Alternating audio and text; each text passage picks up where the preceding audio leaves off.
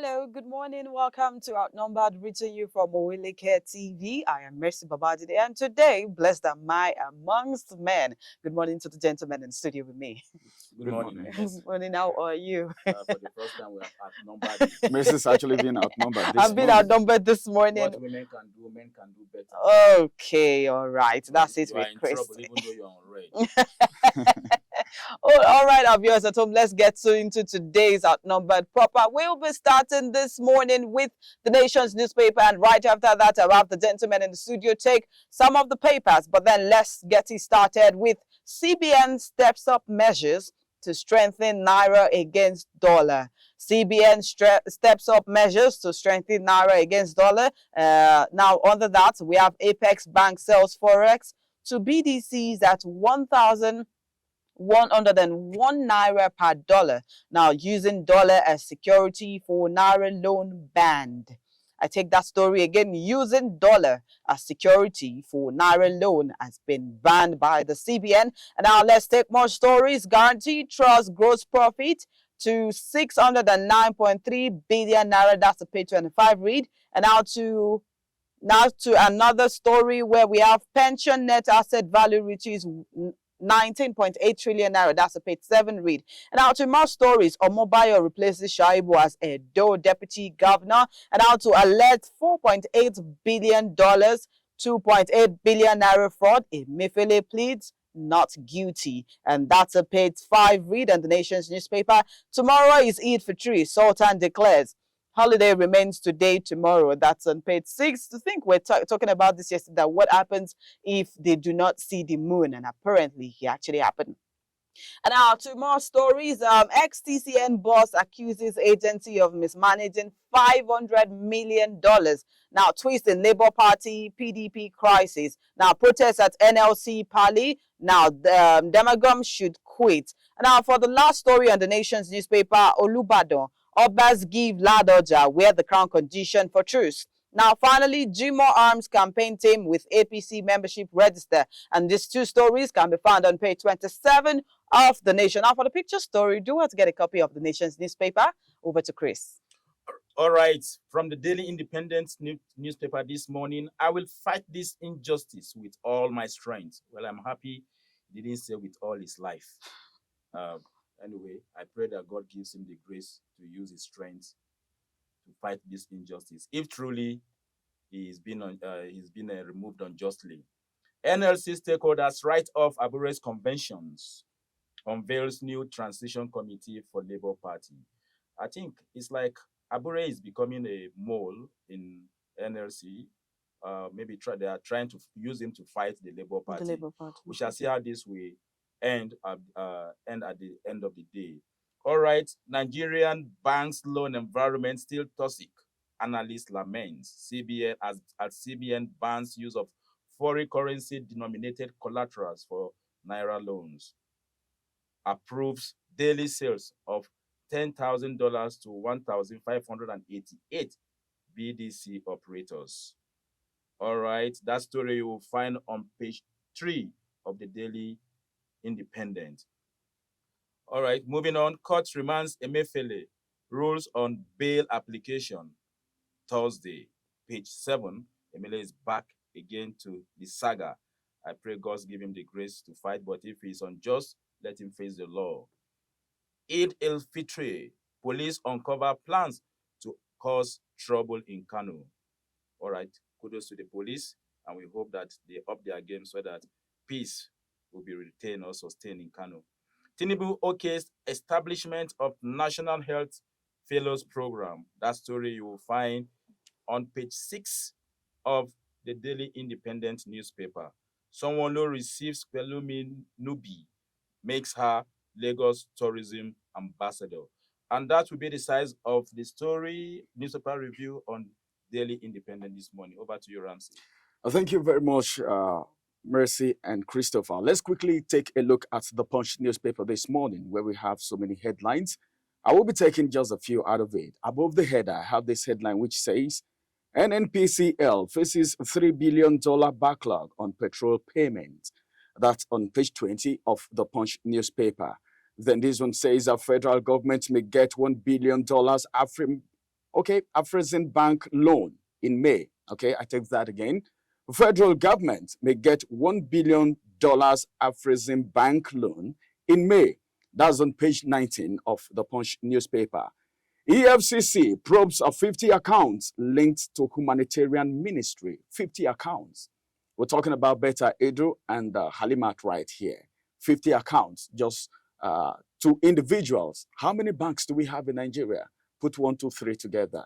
I think you will know what we're talking about. Details on page 12 of the Punch newspaper. Wike Fubara Field splits PDP.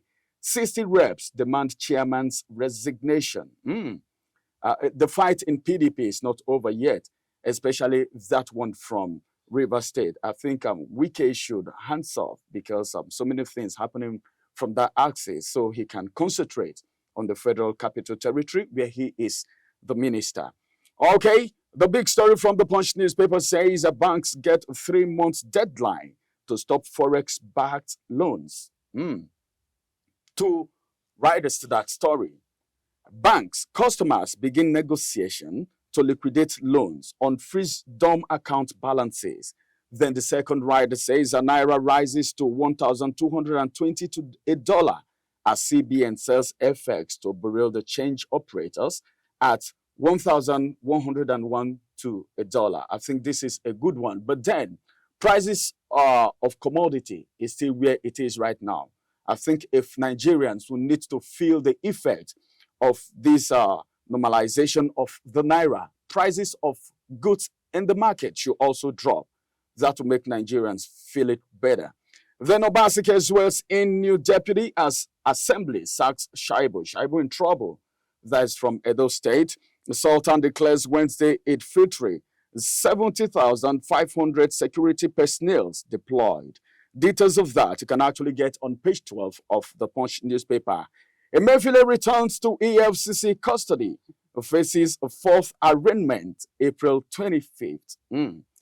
I don't know. I just don't know what to say right now. I think Chris said something this morning. He said the worst CBN governor that we've had so far is Emefiele. He said that. I think I second that motion. I second that motion, and actually. You see what Cardoso yes, is doing because right not even just what Cardoso is actually trying, because before Cardoso came on board, I was actually maybe nervous a bit, given that he was the former MD of a particular Nigerian bank, and then that Nigerian bank didn't see the light of the day. Or where is the bank? The bank doesn't exist anymore. So one would think that could be because of politics. Well, we do not know, but then at the end of the day, Bank versus Access Bank and all of that, but we don't know about merger, that. We don't. Yes, maybe the merger or something, but then the bank does not exist anymore. And based on what we do in Nigeria, you see everybody referring back to the antecedents. Oh, I did this, I did that, and and then you look at this man and you say, can he point to something about financial issues that I was able to solve while he was the MD or CEO or whatever he was then? Nothing. And then he came on board, and then Naira literally grew from, I remember Naira was about like 500 Naira to $1 then. And then as of August, Naira was already skyrocketing to 900 Naira per dollar. And one would think, what exactly is this man coming on board to do? And then now that we're even saying it's 1,000 Naira per dollar or 1,101 Naira per dollar, I don't know why Nigerians keep forgetting that things were actually, this same dollar was 700 Naira. So now it looks like we're ready to settle for the barest minimum. Well, now what they do now is I've realized that it looks like a pattern. They come on board, let's say it's a fixed price of something is a fixed price of 500 Naira per dollar or 500 Naira at that time. Then they tell you they've removed the subsidy on that stuff, and then it goes as high as over 1,000 Naira. And then they come back and say, we're trying to help you guys, And then the next thing you see is like 1,000 Naira. They say, oh, we've tried our best. That is not the best. But then let's see what will happen, because at least the normalization, it's coming down. It's coming down, but now it looks like it was almost 2,000, but then almost it looks, no, I'm not saying it's not trying, but at this point, we should realize that we're not mediocres. We would not settle for the second best. No, we won't settle for the third best. I think we have moved from Emefiele, and then we are making comparison between Emefiele and Cardoso. But me, I'm saying I think Emefiele was. We should move ahead. When we want to discuss it as a topic, Okay. we can come back to discuss it as a topic. But if you ask we are not me, comparing them right now. okay. But if you have to compare them, it is too early to even compare those two people. No, it's not too early actually. Because 9 years and then 9 months. 9 months. So whether we like it or not, you can't say we can't compare because people are outrightly comparing Tinubu and Buhari's administration. That is because it's been APC. It's not whether it's APC. But there's no continuity in governance in Nigeria. All right, let me just take the last headline before I get back to Mercy for the next paper. The last headline from the Punch newspaper this morning is on page 12, and it says a total solar eclipse hits Mexico, US, and Canada.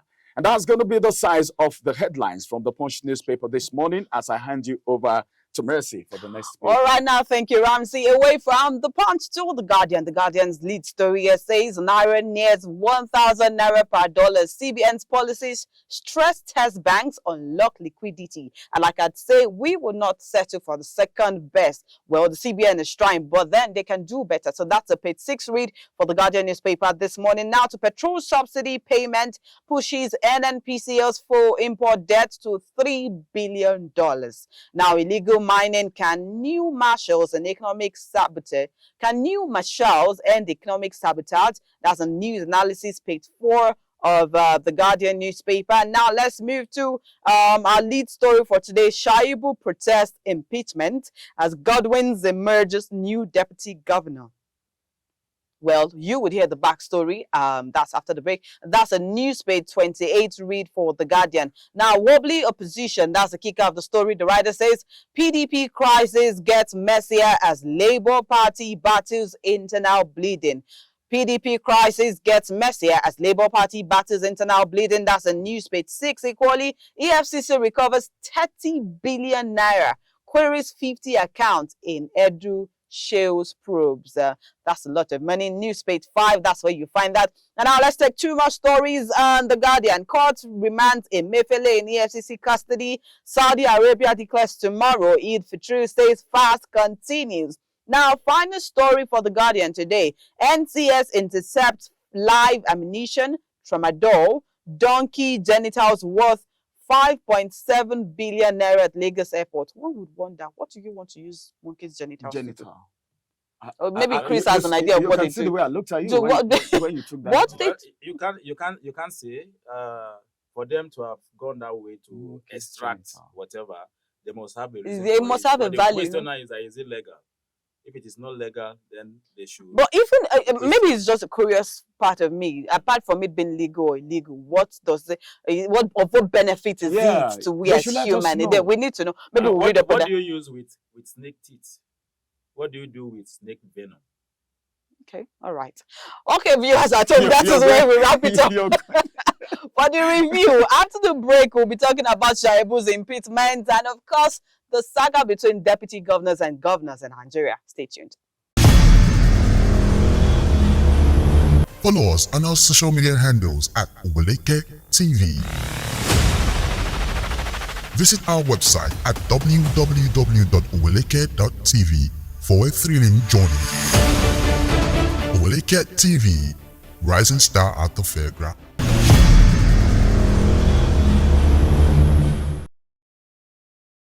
Welcome back to Outnumbered, still reaching you from the nation's capital, Abuja, and I am Mercy Babajide. With me, I still have Chris to my right and Ramsey to my left. And now let's quickly dive into what we'll be talking about today. In all of the papers, we have Shaibu protesting his impeachment in Edo State. But then that's not the question. The question is, why do we always have recourse between deputy governors and governors in every state in Nigeria, or governors not wanting their deputies to succeed them? I mean, we could take a peek from the stories that happened in Ondo State, where Maeda Tiwa wanted to, of course, contest for the governorship election, but then, unfortunately, we lost the former governor of Ondo State. Chris, what is your take on this Shaibu's impeachment as it is right now? Because it even felt like before they impeached him, they already had someone standing by. I mean, in less than 24 hours, he was impeached, and that same day they inaugurated that deputy governor. It's not easy to perceive or to select a loyal candidate to deputize, but that's not the case. Unfortunately, the Edo State politics is still moving Going around round the and in cycle. circles. Okay. Remember what happened between Obaseki and Adams The Oshomole. Shumulu.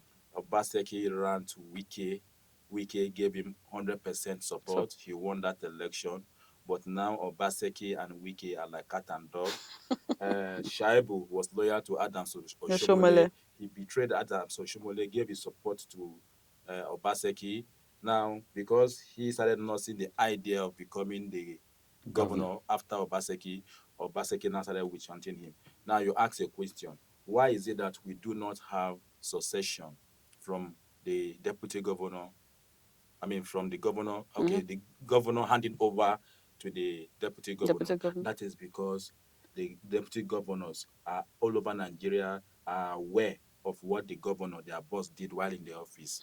And so they are also aware of what power Is does. vested in the governor. Yes, and then how power can change people.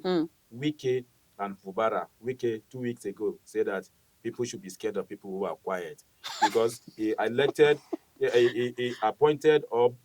He probably put him there because he felt he was quiet. And if you look at the physical appearance of Fubara. he is quiet. Yeah, you're even saying quiet. Did you see the speech? He looks the speech he gave at Wigwe's funeral in River State. Yes. My God. We discussed that here too. Yeah. And so for me, he has already said this morning, Obaseki said he will fight that with the whole of his strength. And I said, I'm happy he's not saying with the whole of his life. Because as it is, if he could not do anything when he had little power as deputy governor.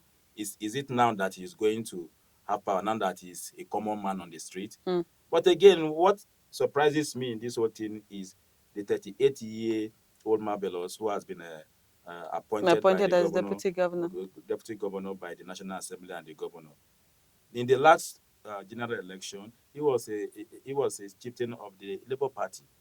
So now he's moving. They always move to where we always move exactly. So for me, I think the whole thing is simply because governors do not want their deputy to taste the power because they know the deputy knows much what the governor is aware, and he's scared that with 8 years of understudying him, he will do better. Governor, he will either do better or he will have much power. He will understand the intricacies of governance and power, and then he will maybe cut him off. Wike is not fighting Fubara because Fubara will deny him money in the state or anything. He's only fighting Fubara because Fubara is tactically winning over his loyalists. Tactically, he's winning. Recently, Sekibo and Secundus came and said that they want to pay allegiance to the president. But in all this, let us not also look at those who are doing well. Okay. The present vice president and the governor of Borno State. He handed over to the governor, to Zulum, and Zulum is doing very well. Second tenure, no problem. And I'm very, very sure Zulum will also hand over to a better. Okay, all right. Now, do you agree with what is said about governors and deputy governors? Do you think they want to taste power? And then isn't governance supposed to be for the interest of the people? But now it looks like these people are making it about themselves. Like, oh, I don't want you there because I know you probably do better than I am. Shouldn't you aspire to have someone do better off than you after you leave office? I think politicians, they have a different motive from what Nigerians think. Okay. And that's the reason during the election, you hear people saying things like, whatever I can get, let me get from him now. Because they are quite aware. Because after elections, you don't have access to them anymore. All right. That's by the way. Let's come back to Shaibu and Obaseki. There was a sign even before now. You remember Shaibu was locked out of the office. Out of his office last year at a particular time. And he was not aware.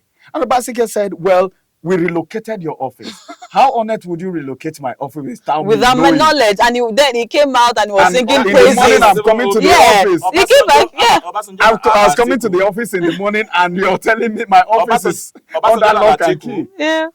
Atiku was also locked out in the name of renovating the apartment of the vice president. Let me tell you so you want to renovate my apartment? Did I tell you that apartment is there? Let me or is another vice president coming to occupy it? Let me tell you something. See, power absolute power corrupt absolutely. Absolutely. Mm. See, the deputy governors are aware of everything that is happening. And the governors know that if these deputy governors takes over from them, number one, if care is not taken, so many things will be revealed.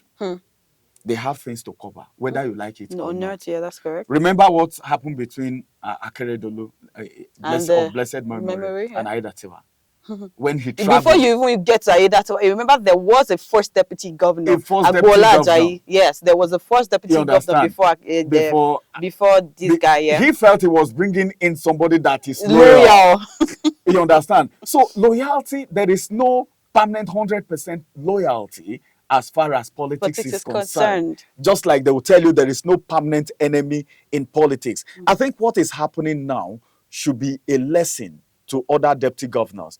A governor had made a statement, I can't remember the governor, that deputy governors, okay, are only supposed to be sent to ceremonies if the governor cannot go. So it's just a ceremonial. Yes, that they are just there. And that's if you look at it to an extent, they pick their deputy. You understand? They pick their deputy. So it's someone that is loyal to them. Look at the case of Fubara and Wike, like Chris was saying. You would, if anyone tells you, but then as soon as you get into that office, as soon as you have been sworn in, that thing comes on you. And the power, everything comes on you. I think the only place that he talked about Zulum just now. That's fine. Then in Kogi State too, we're still waiting for what will happen between Ododo and Yahaya. But the way I'm seeing it, Chris is from Kogi State. I think he knows better. Ododo is very loyal right now. Yeah, Ododo is very loyal. No, I feel like if something was going to happen, he would have started I will not say anything about Ododo. I will not say anything about Ododo now. It's your state. Until after the court cases. Okay. They are almost running off with their tribunal. From there, of course, the appeal will be there. Appeal will be there, and let's see what happens. After the Supreme Court, after the final verdict, I will know whether Ododo will be loyal to Ebelo or not. So every loyalty now is still boiling down it's still based on something. Yeah. So not just in brought me to office. There's still something I need from you. I need from you. Yeah, because you would see that even for Bara waited till after his because even in court, Ododo still need Yahaya. You know who Yahaya is. Well. Our viewers at home, thank you for staying with us today. And thank you to Chris and Ramsey for doing the perfect analysis to that question. This is where we wrap it up for today for Outnumbered. Thank you for staying tuned. I remain Messi Baba today. See you same time, same station tomorrow. Bye.